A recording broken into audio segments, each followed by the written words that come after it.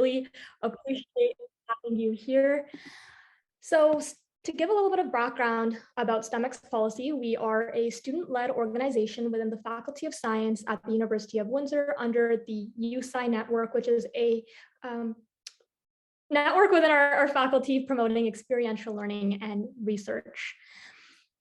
We are founded last March 2021, and our goal is to raise awareness amongst STEM students of the importance of policymaking, educate students on how policy creation works in different STEM fields, engage students in policy-based dialogue, and ultimately empower students to become leaders in policymaking.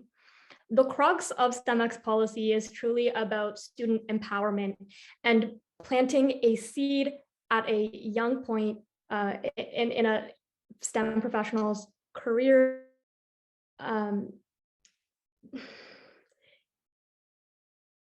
to become a leader in policymaking by exposing them to all the different things going on within policymaking at an early point and just getting that conversation started. And we hope that by getting more STEM professionals involved in this policymaking process, especially as leaders, we can develop more robust public policy that really serves us as our policies continue to become more science-based. We've seen with the COVID-19 pandemic how important it is to have STEM professionals at the table creating the policies, and we really hope that through our efforts, through events like today's, where we start to investigate how healthcare policy is created, that we can build just better public policy moving forward and get more STEM people involved. A couple housekeeping rules before I pass it over to Lana and Sarah, our co-hosts for tonight, and the people who really put a lot of effort into organizing the event. Our whole team put a lot of effort into this, and I would like to give a special shout out to every single team member. You'll see all of their names on the screen. Everything we do here is truly a team effort, and I'm so blessed to have such an awesome group of dedicated, passionate, hardworking individuals. And it's really their work that you're seeing reflected here today. And I hope you find this event to be informative. So just the quick couple housekeeping rules. If you would like to please stay on mute until the breakout room. If you do have any questions, you can put them in the chat, but they won't be addressed until the breakout room Q&A session. You can turn your camera on if you want, but it is not mandatory. And yeah, that's about it. So I'll pass it off to Sarah and Lana. All right. Hi, everyone. Thank you for coming to STEMX Policy's Snapshot Seminar on Healthcare Policy. My name is Lana, and I will be co-moderating this event with my co-president, Sarah. First off, we'd like to thank our wonderful speakers, Morgan Hoffarth and Dr. Albert Ng, for joining us today to share their insight on healthcare policy. I would like to start off with a couple Mentimeter questions. And let me just put those up here. And I would like everyone to kind of just take a second and answer the questions to the best of your abilities to see kind of what you already know about healthcare policy, and then we'll get started from there.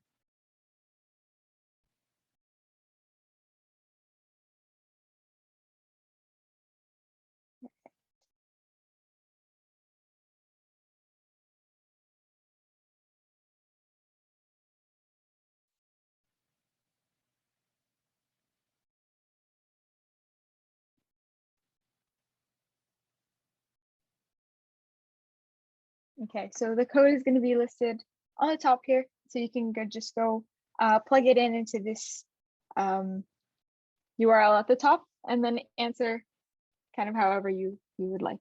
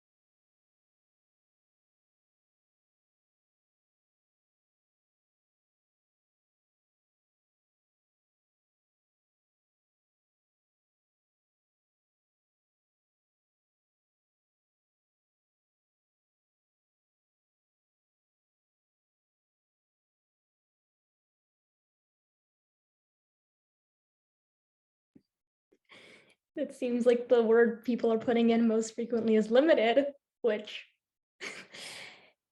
is very honest, and that's true, I'd say. And that's why we're here today, to learn more. I see some people in the chat too. Confidentiality, I think that's on the board. No, it's not on the board yet. Prevention, public communication.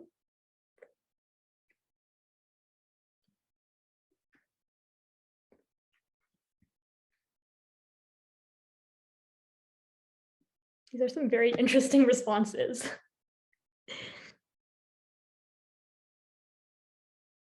Confusing. I can see that. There are a lot of layers to any policymaking process.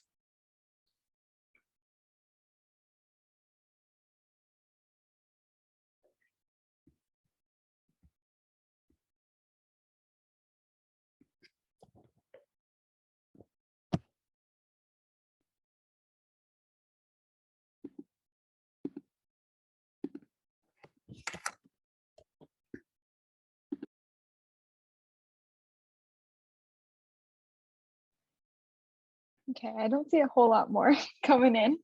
So I think we're going to move on to the next one.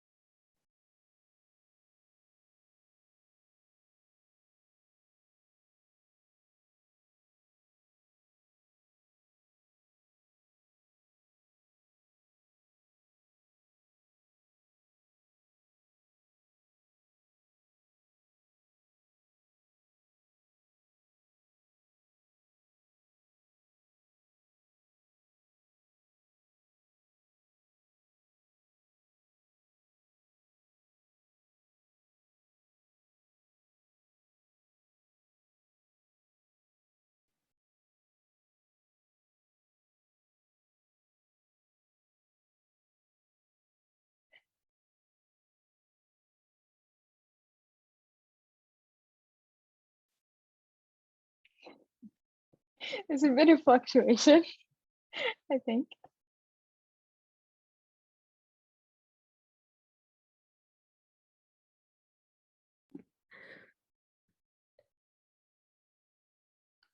I kind of wonder what Albert or Morgan are thinking about these responses.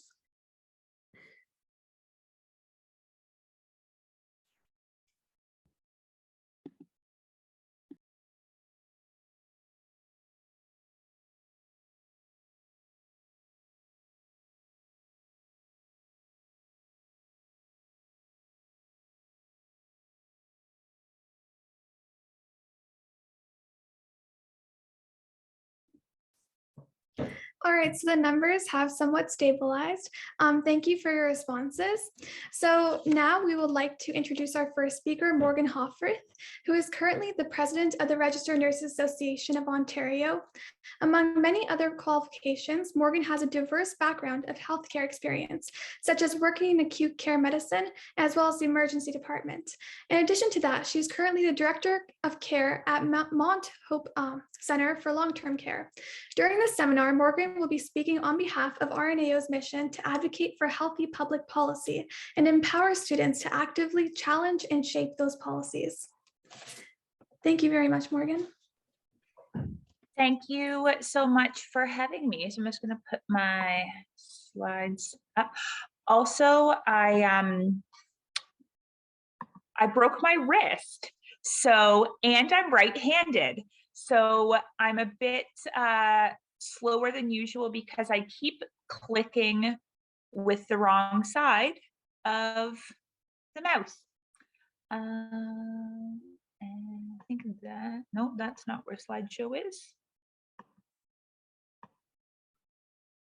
Here we go. So thank you so much. My name is, I'm Morgan Hoffarth, and I'm the president of RNAO. And I'm so pleased to be here with you tonight to talk about healthcare and policy with the snapshot of RNAO's deep engagement in health policy. So my presentation is called Nursing as a Social Force. And as I go through my slide deck, I hope to illustrate why this title really fits. So I feel quite steeped in a number of RNAO's policy issues because we just have finished 4 days of RNAO's kind of marathon of policy-driven activities at where we released our provincial platform. Normally, we would be at Queen's Park at this time of year. So RNAO does a lot of political advocacy work.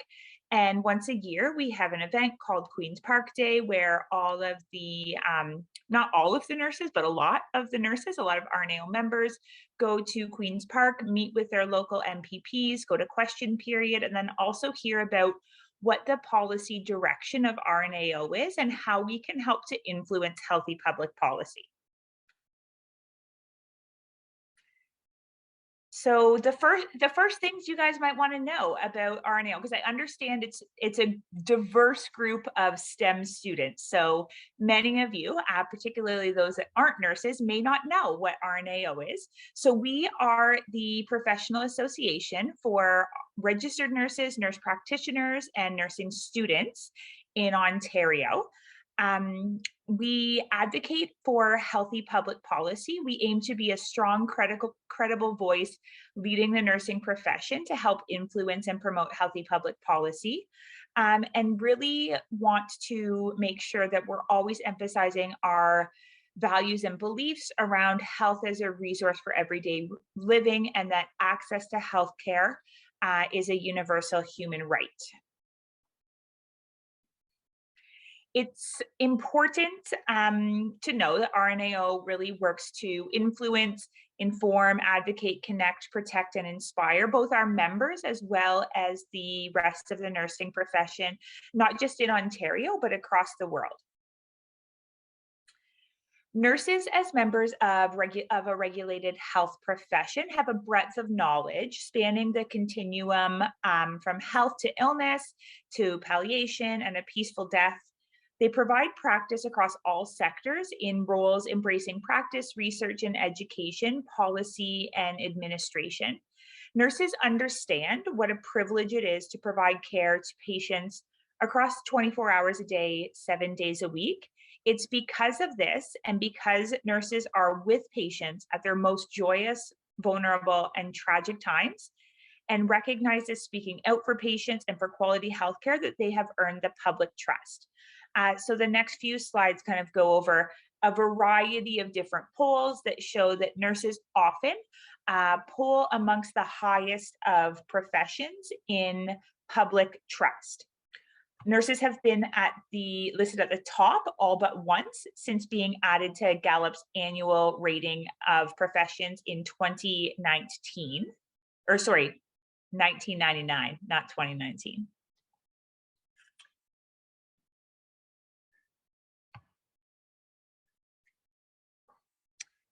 Nurses help to shape health and nursing policy by the 3 actions bulleted in this slide. So communicating nursing as a knowledge profession, demonstrating nurses' work as knowledge work in action, and using nursing knowledge to shape healthy public policy and deliver quality patient care.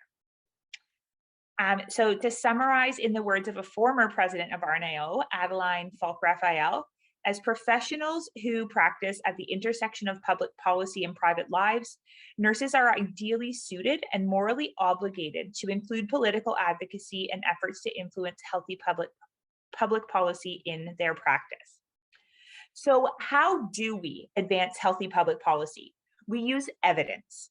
It's through statistics and data from key sources, as well as research we ourselves conduct. We develop evidence-based policy papers, submissions, and position statements. We're known for our evidence-based best practice guidelines and other publications, such as letter submissions and backgrounders, all richly supported with robust evidence. However, evidence is not enough. We use advocacy strategies to showcase issues and mobilize, ignite, and galvanize action. So here are some clear strategies regularly used by RNAO. So outreach to politicians and political staff through action alerts and in-person meetings and events, communicating key messages through the media. So whether it's social media or more mainstream media, making sure that we're communicating the key messages and consistently communicating that through our over 48,000 members to make sure that when you hear about RNAO's policy platform, you won't hear about 100 different things. You'll hear about 5 key pillars that all of us are focusing on so that we can help to influence action. We do written and oral submissions. We work with coalitions and community partners to educate the public and politicians through campaign events, as well as active engagement with the democratic process. So encouraging nurses to run for office, organizing meetings on issues or all candidates debates, particularly as we approach the provincial election. RNAO will be really active with politicians, with MPP candidates to make sure that we are getting RNAO's policy platform out there. So I'm going to just go over some of the major policy directions that RNAO has influenced over the past 5 years. So there's numerous others, and it's important to understand that many of these advocacy issues have been on our agenda for years. It's not things that we just kind of decided last week we should focus on. It's things that we have spent years getting really developing a deep understanding and creating recommendations around. For example, long-term care for over 2 decades, RNAO has been advocating around staffing mix in long-term care, nurse practitioners, and the expanded scope of practice for over 30 years. And many of these areas we have been focusing on for a long time. So whether it's the 4 hours of care for residents in long-term care, RNAO developed the Nursing Home Basic Care Guarantee, which the Long-Term Care Commissioner did adopt in their recommendations, which identifies specific skill mix of staff members within a nursing department in a long-term care home. So looking at 20% RNs, 25% RPNs, and 55% PSWs, which is quite a long way off of the, it's generally in long-term care, in a lot of long-term care homes, it's about a 30% registered staff, 70% PSW model. But understanding that residents in long-term care are becoming more complex and have more needs that need to be met by a nurse, really advocating for the appropriate skill mix.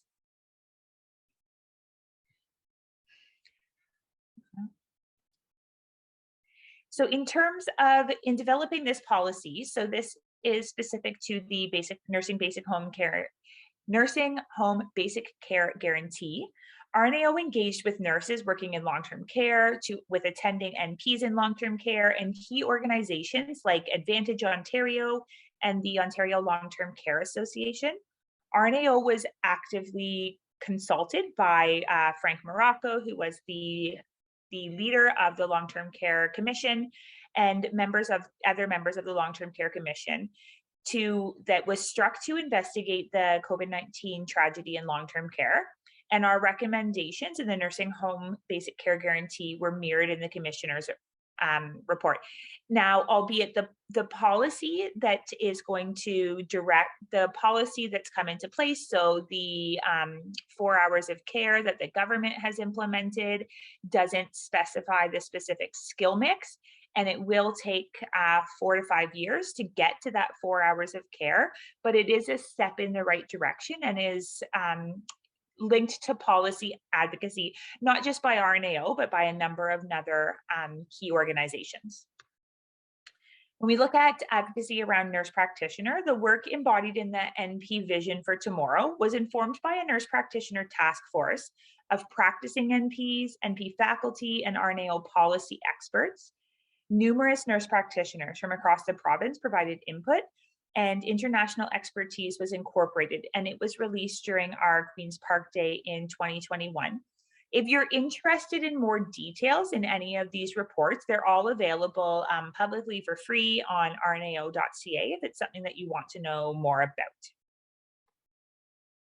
So an example of the key gaps in policy and practices related to nurse practitioners in Ontario, there were 8 recommendations made. So looking at increasing the supply of nurse practitioners, optimizing their utilization, expanding their scope, making sure that there is an aligned curriculum across all programs, that compensation is harmonized across all sectors, to make sure that we really are making the best use of nurse practitioners in our healthcare system, as well as helping to enhance access to primary care for many Ontarians who aren't able to otherwise access primary care. RNAO sends out a lot of action alerts. So this is an example of an action alert to advance one of the recommendations in the vision for tomorrow. So the increased supply of nurse practitioners. So we're very active on Twitter, as well as sending email kind of distributions out to our members. Action alerts often will be picked up by mainstream media who will share them, or they, what an action alert is a position statement related to a specific issue, that when you go and sign an action alert, you're saying, yes, I agree with this. It's a form letter that you're able to kind of edit the open to. You can add your name. You can say, so there's lots of different options. Like I'm a nurse, I'm a doctor, I'm a respiratory therapist, I'm a student. There's lots of non-healthcare related ones as well.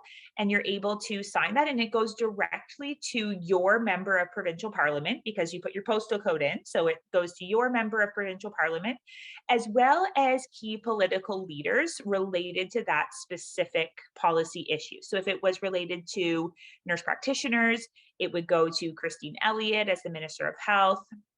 But it would also go to the health critics for all of the opposition parties. As well as going to the premier. I mean, Christine Elliott is the deputy premier, so it would automatically go to her anyway, as well as going to kind of other key staff members and key political figures.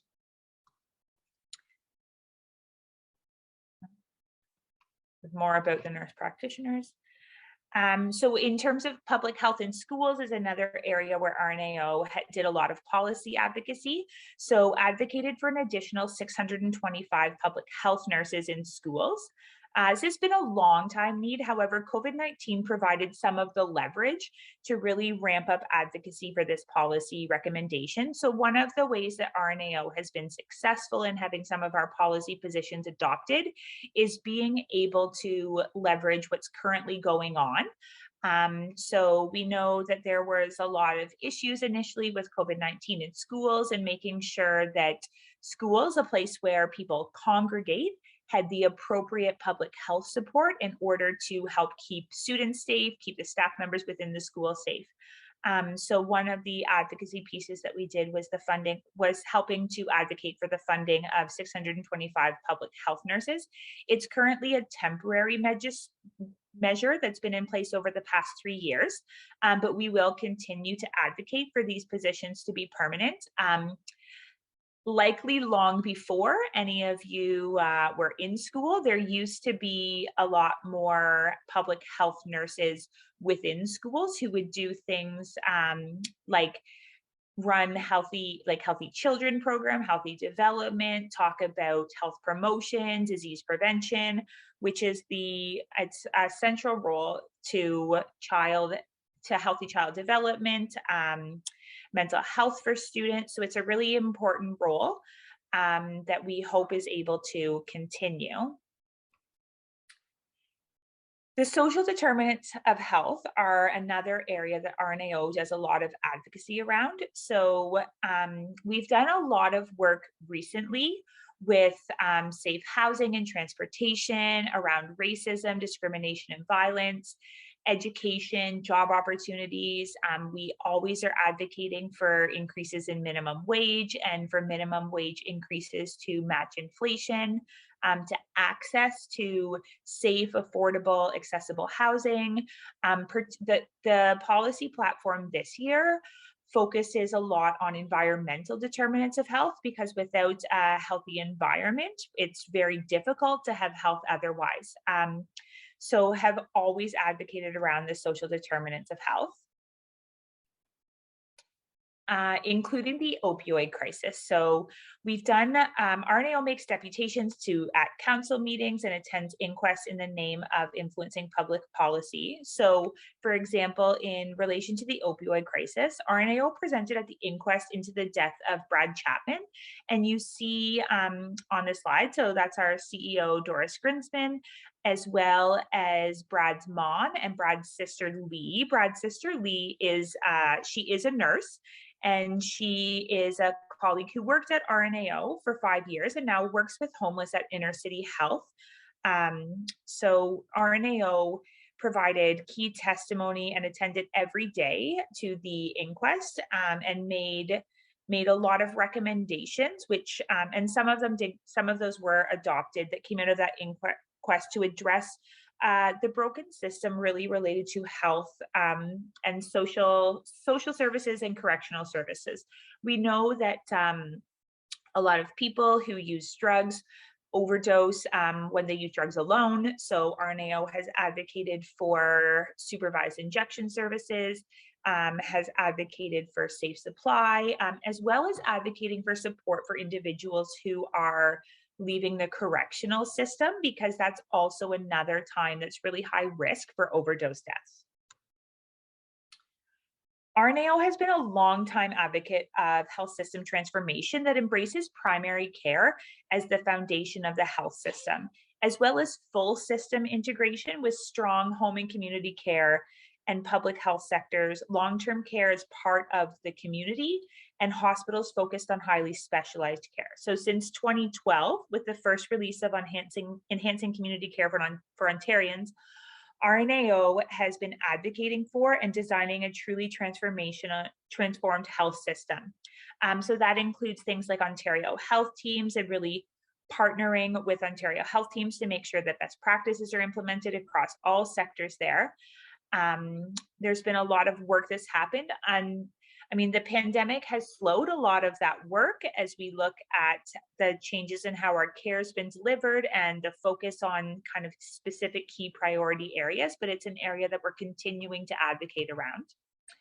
And then addressing the nursing crisis. So RNAO has been instrumental in really addressing and drawing attention to the nursing crisis in Ontario. So we have a significant health human resources crisis, particularly with RNs. As nurses start to take their plans to retire off hold with COVID-19, we have nurses who are retiring early in the next few years, and the pinch of staff is really being felt. So we started the pandemic at nearly 22,000 RNs in Ontario based on Ontario's nurse to population ratio. So we're the lowest province in the country for the number of RNs per 100,000 residents. So we really have been drawing attention to the nursing crisis recently and calling for health human resource strategies that will help to not just recruit, but also to retain nurses and provide safe, supported work environments so people can continue to go to work, continue to be well, and continue to help take the best possible care of Ontarians. We did a lot around calling for the repeal of Bill 124. So Bill 124 doesn't just impact nurses, it impacts almost all public sector. So there's 4 groups that are exempt from Bill 124. Police, firefighters, physicians, and members of provincial parliament are exempt from Bill 124. But it does cap all other public sector salaries or salary increases at 1% per year, which we know right now, it has a significant impact on public sector employees because of the kind of unprecedented increase in inflation that we're seeing. So it's been a real challenge around that bill. I mean, the positive news is that it does expire around the election time. However, it's unfortunate that we haven't seen any kind of action, not just for nurses, but for all public sector employees. We've done a lot of advocacy work recently as well around internationally educated nurses. So there's over 20,000 people who are living in Ontario who are educated elsewhere who have been waiting years to get their registration with the College of Nurses of Ontario.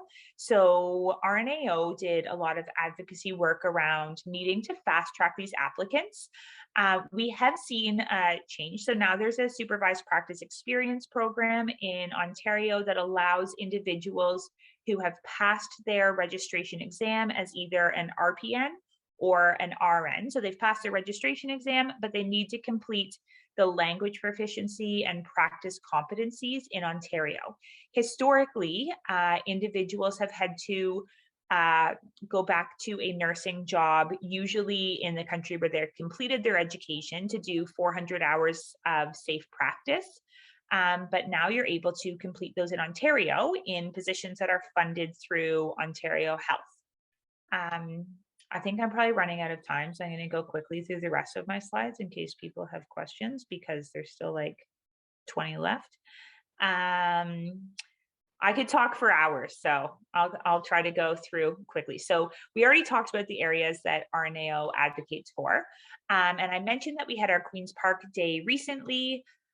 So we also, one of the other things that we do around political advocacy and policy is meeting with our local MPPs. So we have an event called Queen's Park on the Road, where normally we would physically go to the MPP's office and meet with them and present RNAO's policy platform. We've been doing it virtually, so our policy advocacy has continued. It's just been done through Zoom instead of in person. We've had many Take Your MPP to Work events, so where they've been kind of virtually, they used to come in person to see the workplace, understand the work that nurses do, but now they've been happening virtually. So political platforms serve to make our positions public and influence parties' platforms. So particularly right now, going into an election year or going into a provincial election, RNAO is sharing what, if we're not a political party, but if we were, we'd have a policy platform. So as a nonpartisan professional association, we share what we think should be in people in the political parties' policy platforms with them. We give it to all of the political parties and really encourage them to incorporate that into their policy platforms. You can find what RNAO's policy platform is at rnao.ca if you're interested on the policy section. We do the same thing federally as well as provincially. So the key priority issues this year for the provincial election from RNAO's perspective is around the environmental determinants of health, social determinants of health, nursing care delivery, and fiscal capacity. So this is what areas break down under there. So if you look at environmental determinants of health, it's about climate change and clean water. Social determinants of health, it addresses minimum wage, paid sick days, housing, and Indigenous health. Nursing, it looks at building RN careers, NP recruitment, as well as access to nursing. And then care delivery, it's the focus on public health, home care. There's a seniors care strategy, which includes long-term care, hospital staffing ratios, the COVID-19 induced backlogs, as well as system integration, and fiscal capacity is really centered on fair taxation. So ramping up to election day, this is kind of what our policy cycle looks like. And I sent my slides to Sarah, and I'm happy for them to be shared after if you want to share them with people. It's really important to vote. So the provincial election is on June 2nd. It's really important that you go out and vote. I'm sure you all already know that, but we'll continue to advocate for everybody to vote.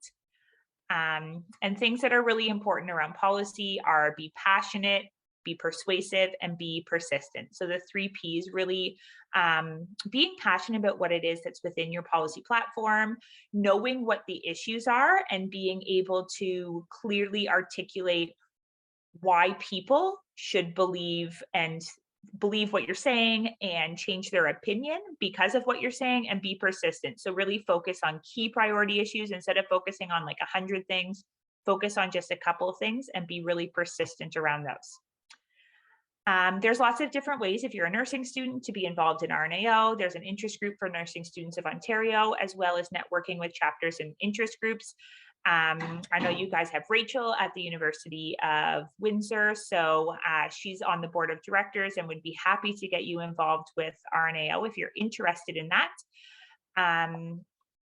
And that's all.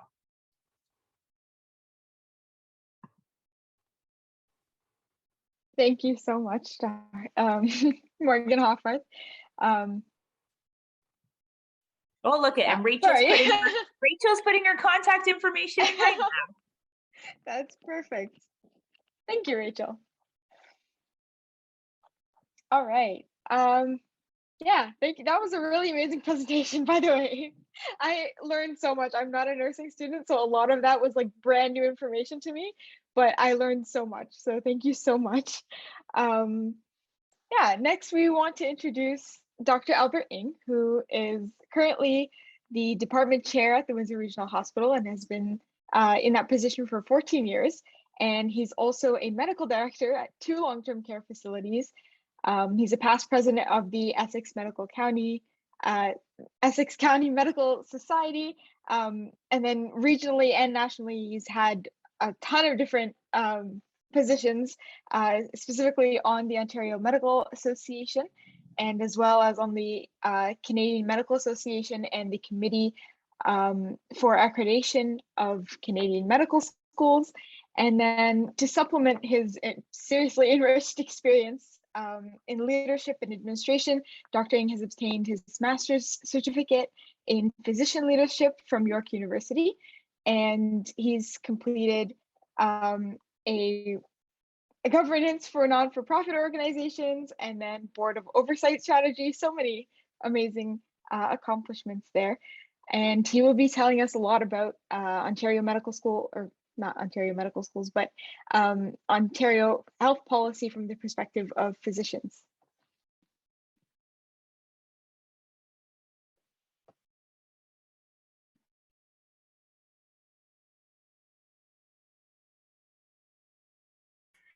Okay, thank you for that introduction. 1 second, let me just get my presentation going here. There it is. Okay.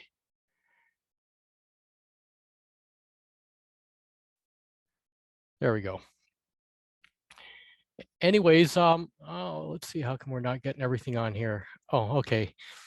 Anyways, I just want to welcome everybody here tonight. And my name is Albert Ng. I'm a family doctor in Windsor. And I guess just to give you a little bit brief background on my roles, which kind of gives me some a different lens in terms of from the health policy development standpoint. I have in previous, current and previous roles include the board of the Ontario Medical Association, as well as Canadian Medical Association. I chair the health policy review group at the Canadian Medical Association. I chair the committee that accredits Canadian medical schools across the country. I previously was the chair at the local family medicine department at Windsor Regional, so that kind of gives me a little bit of an insight into local roles. I still am medical director at 2 long-term care homes and president of the Ontario Medical Foundation. So what I want to do tonight is really very quickly, it'll be a little bit different of a presentation, and I'm going to just try to give you an idea of in terms of understanding healthcare in Canada, in terms of policy development, you really have to understand how healthcare is governed and administered in Canada. I want to then talk about healthcare and policy development specifically on Ontario. And in terms of legislation, you have to understand legislation as well, whether it's organizations or individuals. It's also looking at government and non-government organizations in healthcare in terms of oversight. And then it's understanding very quickly what why there are gaps in healthcare policy. And then also I'll speak very briefly on education and health policy. It was interesting to watch some of the terms I came up, and I know there seems to be it's a limited understanding of healthcare policy development. There's some confusion, and there's vaccine mandates are probably one of the things that have been most visible in the most recent past in terms of health policy. But otherwise, it's part of understanding policy is understanding how healthcare in Canada is actually administered and governed. So the Canada Health Act pretty well sets the stage for healthcare in Canada. So when you look at the government of Canada, they use this act to set up certain criteria and conditions, which then, if the province is fulfilled, are then entitled to the Canada Health Transfer, which is basically funding. The difference is it's gone from about 50% in about 1976 or so down to about 23% of the healthcare dollars now. So you have a federal government who is setting pretty well setting the legislative framework for healthcare in Canada, and the provinces and healthcare is administered at the provincial level, and the provinces are getting only 23% of the healthcare dollars that they're using every year. When you look at legislation, there's various levels of legislation. First of all, there's federal. In terms of healthcare, there's federal, there's provincial, and even there's municipal legislation that governs certain areas of healthcare across Ontario. When you look at legislation, there's certainly certain legislation for organizations. So there's the Ontario Hospitals Act, there's the Long-Term Care Homes Act, there's Retirement Homes Act. And in terms of professions, the professions are actually legislated through the Regulated Health Professions Act, which was started in about 1991. There's also regulators. So regulators, professions on the most part are self-regulatory, and our Regulated Health Professions Act also sets the framework for the ability of regulators to also regulate the various professions. So to look at the Regulated Health Professions Act, these are the self-governing health professions under the RHPA. So it's a whole list of various professions that are regulated by this act. So when you look at legislation and you look at health policy, on the most part, the government actually sets policy. Okay, and when you look at government in terms of health policy, it is generally has been delegated to Ontario Health. And within Ontario Health, there are a number of provincial organizations that are related. So these are government healthcare organizations. So there's Cancer Care Ontario, Health Quality Ontario, eHealth Ontario. So you've probably heard some of these names before, but just to understand that these are the government agencies. When you look at provincial non-government agencies, there certainly are associations for organizations. So one of the most powerful organizations are the ones the hospitals all belong to, which is Ontario Hospital Association. You have membership organizations for each of the professions. And in terms of, there's other areas in terms of where data comes from in terms of looking at health policy development. So there is a national informatics agency that we call CIHI, but is basically the Canadian Institute for Health Information. So they keep all kinds of stats in terms of wait times in emerge, wait times for surgeries, and it's across the country. There's also a provincial informatics agency. It's called ISIS. It's so it's our ISIS. It's the Institute for Clinical Evaluative Sciences, but they really look at the data that they gather from, whether it's from hospitals, whether it's from the Ontario Drug Benefit Formulary. So any areas where there's a lot of big data that from a province-wide that's been able to be captured, ISIS really looks at it and analyzes it.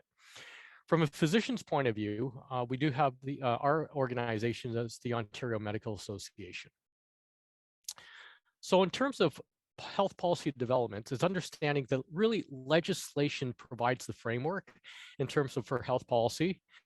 Policy is set by government and their agencies. If it's not government themselves, then it's certainly been to it that's been delegated that responsibility.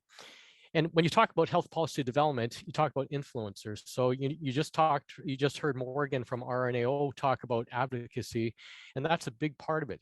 All we can, for the most part, do is influence government. So who influences government? Well, there are the government agencies that I mentioned. There's membership organizations. So government will go to membership organizations, get some inputs from them. There's healthcare organizations as well, and also regulatory agencies. So for example, for physicians, it's the College of Physicians and Surgeons of Ontario, and across the country, there's one for each province. Nurses have their own regulatory agency as well. I believe it's the Registered Nurses of Ontario. So there's a number of regulatory bodies that they consult. And finally, there's also usually some public consultation as well. So that's really what goes into health policy development. So just to back up a little bit, the Ontario Medical Association is a membership organization. We represent over 40,000 physicians across the province and is recognized as a representative body for physicians. And also it is the recognized negotiating bodies with the government, and that is through legislation. You know, the OMA received the representation rights agreement in 2012. And so they are the negotiating body for Ontario physicians. Within the OMA, in terms of health policy, we do have an economics policy and research department, which is a huge department actually. And these people are people who have backgrounds in health policy development and management, public health. And what they do is they generally consult physicians who are identified as experts. They'll also survey membership. They have committees to look at work that they develop. So they pretty well develop they develop policies which are considered internal policies. Okay, they have to have approval across levels. So in other words, not just from the board, but also from membership. And what they do with these policies is they can share these policies with government. We produce white papers. So in other words, these papers are considered expert opinions in terms of best practice in certain areas, you know, and contemporary ideals in terms of in areas of research. And they also share with government. They share with the CPSO, which is our regulatory body, and it is shared publicly as well, depending on what the issue is.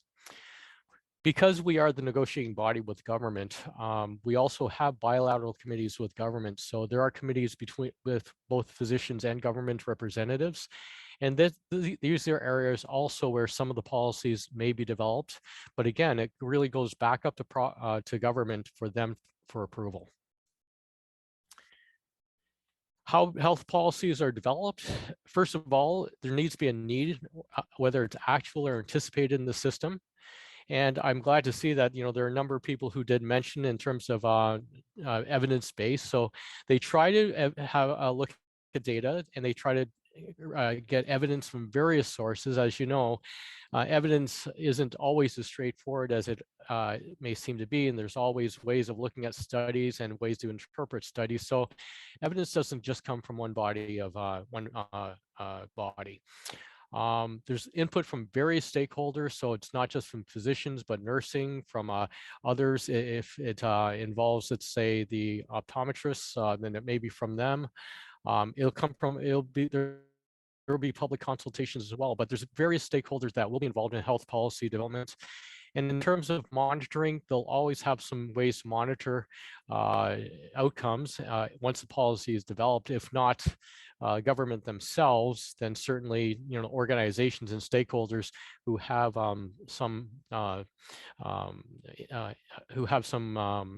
who are affected by the policies will probably monitor as well. In terms of health policy, in terms of gaps, there are always gaps in health policy, and that's because it comes down to balancing. Okay, if it was always evidence-based, that would be great, but that's rarely the case. There's system issues. So in other words, when you look at limitations of the system, it makes certain policies pretty well impossible. So in other words, let's say you develop a health policy where you say, we don't want anybody who goes to emerge to wait any more than 2 hours, or for anybody needing surgery have to wait any more than 2 weeks.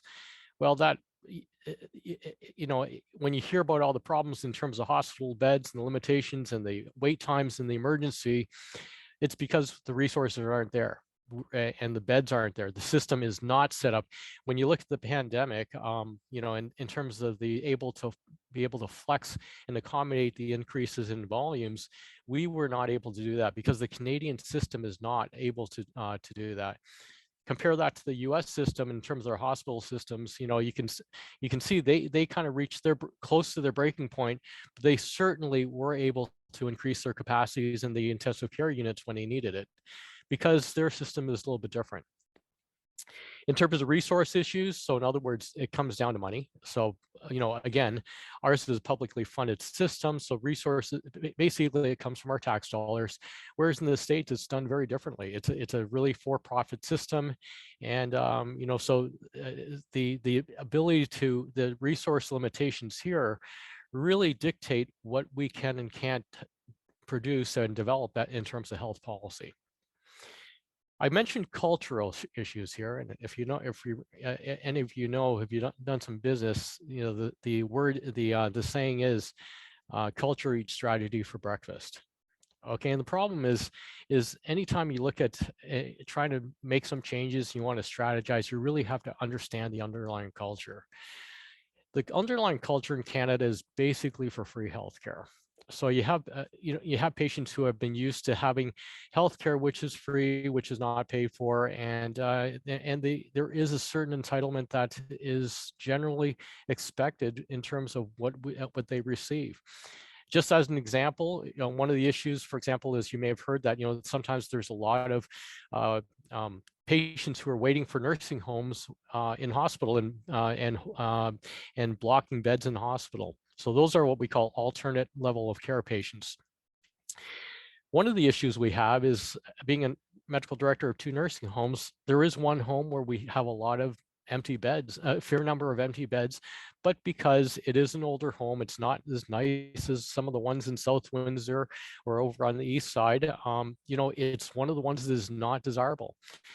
One of the policies that are in place, it's policy or legislation, is that patients get their be able to get one of their first 3 choices, and they cannot be forced into a bed which they did not choose. So as a result, you have homes that have empty beds, and at the same time, you have people waiting in hospital blocking a bed from another patient because they're waiting for a nursing home. So there are cultural issues that you have to deal with when you look at health policy.